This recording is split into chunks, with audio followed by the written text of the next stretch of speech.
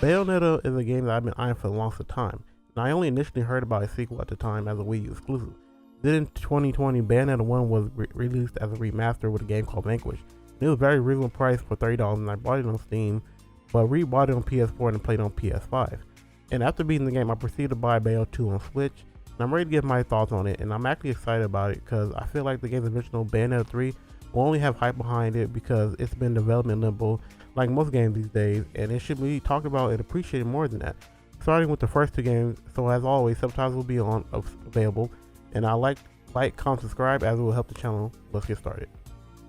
So from the jump, Bayonetta 1 starts with a bang, and it's easily captures you with a strong, interesting, confident, and sexy woman, and to follow up with interesting characters, you know how you straight glued to the game, and the narrative it makes you follow this mysterious one that honestly keeps you to the end of the game, as you try to understand the roles of the Lumen Sages and their Umbra Witches, basically light versus dark, yin and yang, and balance. While in the midst of that, Bayonetta find out who she is, who she wasn't, and who she's becoming. With the various situations resulting in character growth and the constant diversity of enemies we can introduce, you will never feel repetitive. At the same time, you will never feel overwhelmed. And the boss battles that feel epic and add details to the mysterious hell-tilting narrative. In addition, the game could be followed with a map/chapter select to go back and play your favorite parts or replay for completion purposes. As for Bayonetta 2, it's the same as Bayonetta 1, where it recaptures that introductory vibe, even on a grand scale.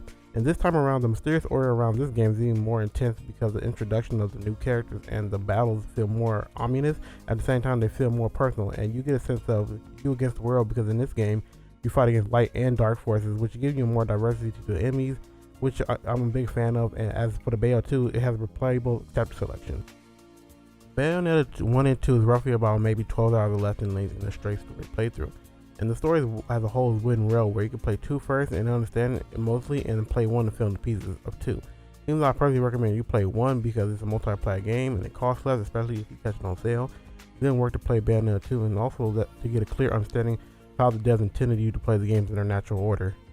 The battle mechanics are pretty straightforward as far as buttons goes, but its magic is really how you use them to create a stylish way of combat, at the same time doing tons of damage to enemies. You even build upon this in practice mode in combat in Bayonetta 2, which is appreciated. And you can also buy tons of skills, and in Bayonetta 2 you can even try before you buy, which is a good way to optimize your purchase and see how some items have intended use, which is absent from Bayonetta 1.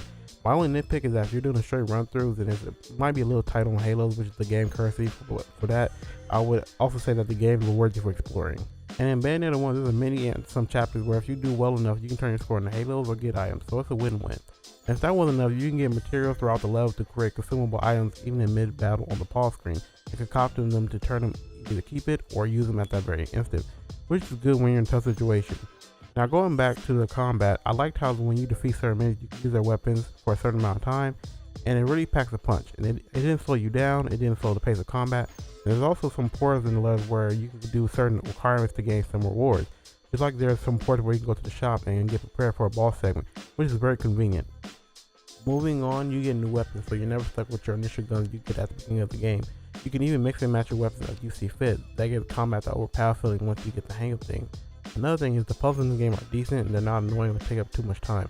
As you're traversing through the stages, you're graded at the end of every battle segment from stone to pure platinum, being the best. And then those grades are counted to your overall score for the chapter. And your dock points if you die. And in Bayonetta 1, you're also docked if you use consumable items, as well. This was rescinded in the sequel. One last thing I want to mention is that this game is decently rich in collectibles as far as story, lore, completion goals, costumes, other characters, and contains the EX boss in both games. And in Bayonetta 2, they have a mode called Tag Climax, where you can play with a 2-player local online in co-op or competitive fashion, which is a nice mode that builds upon the game overall. I can confidently recommend these games. They are short and sweet in my opinion, which is good for people that don't desire a long game and like a rich experience and like to have a reason to look forward to Bayonetta 3. Then I will pick up these games. And that's going to be it for this video. I hope you guys enjoyed it. I tried my best to do production. Let me know what you think in the comments below, and how you play Bayonetta 3. Do you look forward to Bayonetta 1 and 2, how you played? Do you look forward to Bayonetta 3? And let me know what you think in the comments below. Other than that, like, comment, subscribe. And I got a lot more content on the way. Check out my other channel. I'm gonna be uploading on that too. So if you stick to this video, I really thank you guys, and let me get some feedback on everything. Other than that, have a good day. Goodbye. You didn't expect me to trust bitches.